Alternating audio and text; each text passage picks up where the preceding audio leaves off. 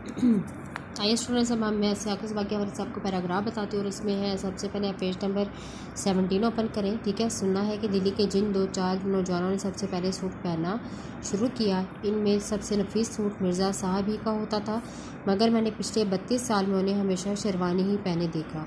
अंग्रेज़ी इनका ओढ़ना बिछोना, मगर रोक गांठने के लिए कभी अंग्रेज़ी में बात नहीं करते थे, बल्कि उनकी गुफ्तगू में अंग्रेज़ी के अल्फाज बिल्कुल नहीं आने पाते थे।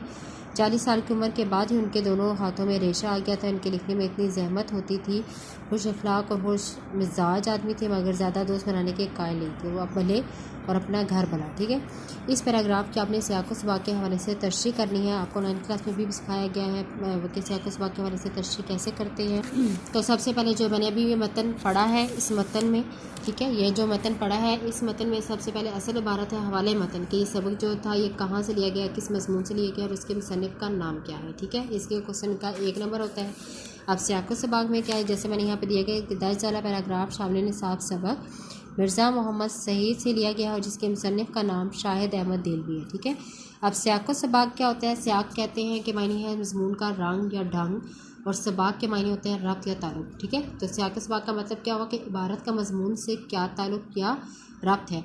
अब ये जो इबारत दी गई है, अब इस इबारत का ये पूरे चैप्टर से क्या ताल्लुक़ है, यानी जिससे पहले बयान किया गया है उससे क्या ताल्लुक़ होगा। ठीक है, और आपने ये बताना होगा कि ये जो पैराग्राफ है, ये जो मतन दिया गया है, ये कहाँ से दिया गया है, किस मौके महल से लिया गया है, इबारत किस मौके से ली गई है, उससे पहले क्या बात जा रही थी। अगर इबारत किसी कहानी से ली गई है तो हमें कहानी के आगाज़ से ये इबारत ली गई है तो हमने ये बताना है कि ये नुक्ता उनसे ली गई है। अगर दरमियान से ली गई है तो हमें ये बताना होगा कि ये जो दिया गया इबारत है ये बात से लिया गया। ठीक है, और इसमें हमें क्या होता है, सियाक़ सबक में हमें मुतल्लिक़ा मज़मून या कहानी का मुख्तसर सा खुलासा या तारुफ़ बयान करना होता है। ठीक है, हमें चैप्टर का तारुफ़ जो है वो मस्त देना होता है। दूसरे अल्फाज में हम ये कह सकते हैं कि इबारत या नसर पारा गोया जूस है और सबूत जो था वो कुल होता है। ठीक है, जब तक हम पूरा चैप्टर नहीं होंगे उसका समझ नहीं, मफ़हूम समझ नहीं आएगा। तो अब जैसे इसकी मिसाल ये है कि अगर हम देखें, अगर हम टीवी या ड्रामे में कोई सीन देख रहे होते हैं कि जब तक हम अपने उस ड्रामे को फुल एपिसोड नहीं देख लेते, हम एक सीन की हमें समझ नहीं आती। ठीक है, कि इसमें क्या बताया गया है, क्या कहना चाह रहे हैं।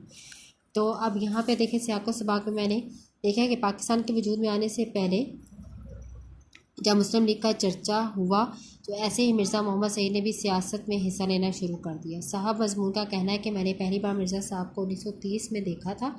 उस वक्त उनकी उम्र 40-45 साल की थी। वो धान पान से आदमी थे, दाढ़ी मुंडी हुई थी, रुखसारों में की हड्डियाँ उभरी हुई थी। ठीक है, अब यह देखें, इस पैराग्राफ से जो पहले ये बताया गया कि उनका हुलिया कैसा था, तो हमने इसके बारे में बताना है।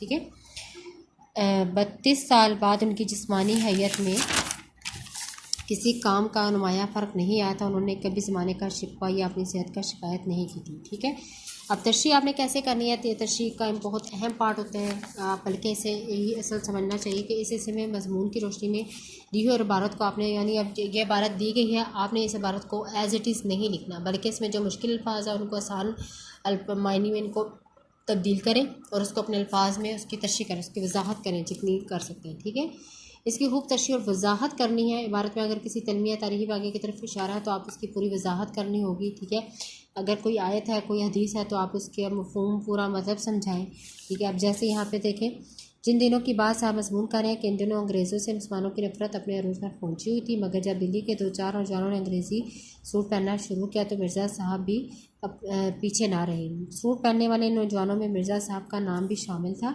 मिर्ज़ा साहब का सूट सबसे पहले नफीस होता था। मुसन्निफ़ का कहना है कि 1930 से लेकर 1967 तक 32 सालों में मैंने मिर्ज़ा साहब को हमेशा शेरवानी पहने देखा। मिर्ज़ा साहब को अंग्रेज़ी ज़बान पर अमूल हासिल था, लेकिन दौरान गुफ्तगू वो अंग्रेज़ी ज़बान के अल्फाज बिल्कुल इस्तेमाल नहीं करते थे।